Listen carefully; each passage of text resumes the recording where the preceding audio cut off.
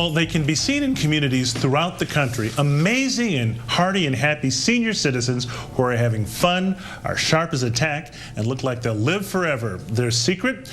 An active lifestyle that blends moving, thinking, socializing, and creating. Joining me now is Peter Spiers, the author of the book Master Class, Living Longer, Stronger, and Happier. Welcome to Urban Update, Peter. Thanks for coming in. Thanks for having me. Well, in a nutshell, just tell me, what is your book about? What are you trying to convey in your book? Well, I'm trying to convey that people are living longer than they ever have before. There are 40 million people who are 65 or older in the country now, but that number is expected to grow to 80 million by 2050. So what I'm trying to do is supply a roadmap for people to get the most out of this stage of life. And what, I guess, in your observations, I guess, what have you seen that works? I mean, what, when you look at people who are 65 plus, and you look at the people who are happy, living good lives, what are you seeing? Well, what I interviewed through email and on the phone hundreds of people in this age group. And what I found was that there were a series of activities that people came back to again and again. Everything from bicycling for exercise, walking with friends, being in book clubs, singing in a choir. And what I saw was that there was a common thread across all these activities. There were those four dimensions you mentioned: socializing, moving, creating, and thinking. And all these activities that the healthiest people in this age group are doing combine 2, 3, or sometimes even 4 of those dimensions. What about socializing? Why is that? Why does that make one healthier? I mean, it's obvious why walking and exercise would and moving, but why socializing? Well, there's something that really supplies a sense of connectedness and even pleasure in interacting with other people. There's nothing like, so I put it as the very first and the most important dimension in the book. And it's something actually that men especially need to pay attention to. Because men, when they retire, give up probably the most important social network they have, which is the folks they work with.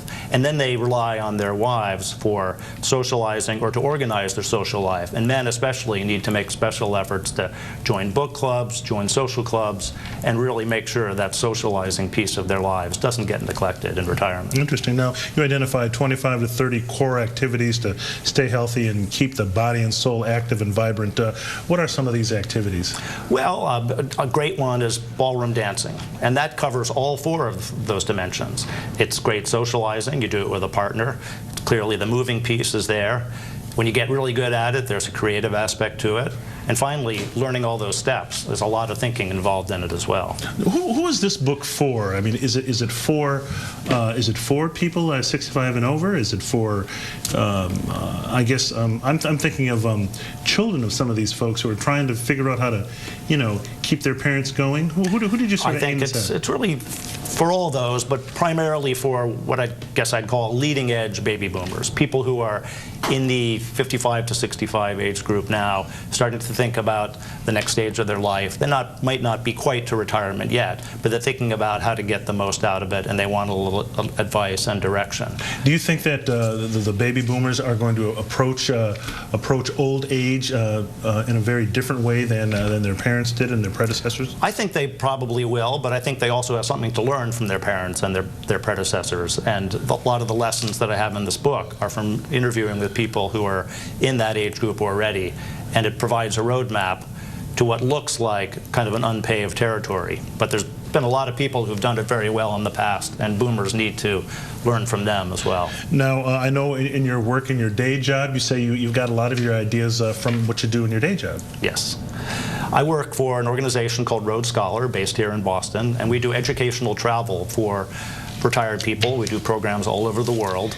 And as I got to know this audience, I saw that they were really people who were doing it really well. And I thought they had secrets that we ought to share with the rest of the world. And I guess finally, what would you say probably the biggest lesson in the book, or the one thing you'd like everyone to take away from your book?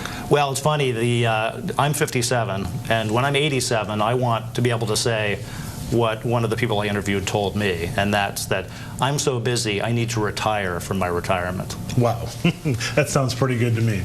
Okay, well, the book is Master Class, Living Longer, Stronger, and Happier. The author is Peter Spiers. Peter, thanks for coming in. Good luck with your book. Thanks, Byron. And good luck with getting older.